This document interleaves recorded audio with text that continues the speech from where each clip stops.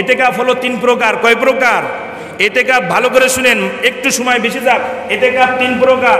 এক নাম্বার প্রকার হলো ওয়াজিব এতেকাফ, দুই নাম্বার হলো সুন্নাতে মুআক্কাদা এতেকাফ, তিন নাম্বার হলো মুস্তাহাব এতেকাফ। এবার আসেন ওয়াজিব এতেকাফ কাকে বলা হয়?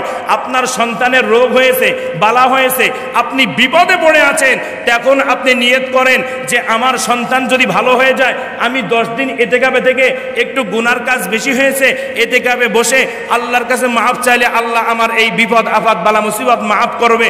এটা হলো ওয়াজিব এতেকাফ। কি এতেকাফ? আরো জোরে বলেন। সুন্নতে মুআক্কাদা এতেকাফ কাকে বলা হয়? পবিত্র মাহে রমজান মাসের 21 তারাবি থেকে ঈদের দিনের চাঁদ দেখা না পর্যন্ত এই 10 দিন থাকাকে সুন্নতে মুআক্কাদা এতেকাফ বলা হয়। কি এতেকাফ? মুস্তাহাব এতেকাফ কাকে বলা হয়? এই 21 থেকে 30-এর বাইরে আরবি 11 মাসের যে কোনো 10 দিন, যে কোনো 3 দিন, যে কোনো 7 দিন, রমজানের প্রথম 10 দিনও হতে পারে, মাসের 10 দিনও হতে পারে, এই এতেকাফে থাকা হলো মুস্তাহাব এতেকাফ। এখন আমাদের উপরে জরুরত হলো সুন্নতে মুআক্কাদা এতেকাফ। ঠিক কিনা জোরে বলেন। এবার শুনেন, ভালো করে শুনবেন, শুনে আমল করবেন।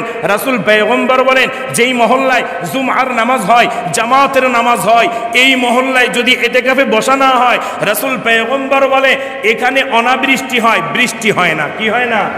আরো জোরে বলেন।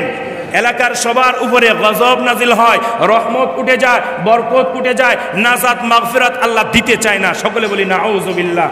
আর এই মহল্লার ভিতরে 21 তারাবি থেকে যদি চন্দ্র দেখা পর্যন্ত, ঈদের চাঁদ দেখা পর্যন্ত এতেকাফে বসে, গোটা এলাকায় মহল্লার ভিতরে সঙ্গে সঙ্গে আল্লাহ তাআলার পক্ষ থেকে গোটা উম্মাহ জাতি, মুসলমান জাতির উপর থেকে আল্লাহ গুনাহ মাফ করে দেয়। সুবহানাল্লাহ।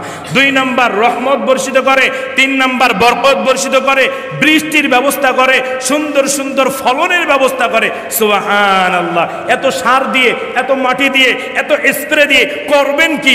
10 দিন যদি এতেকাফে না থাকেন, আল্লাহ তো কিতাবে বলেই দিয়েছেন যেই মহল্লায় এতেকাফের সংখ্যার লোক বেশি হয়, ওই এলাকার সমস্ত গাছে আল্লাহ তাআলা ফলন দেয় অধিক পরিমাণে বেশি।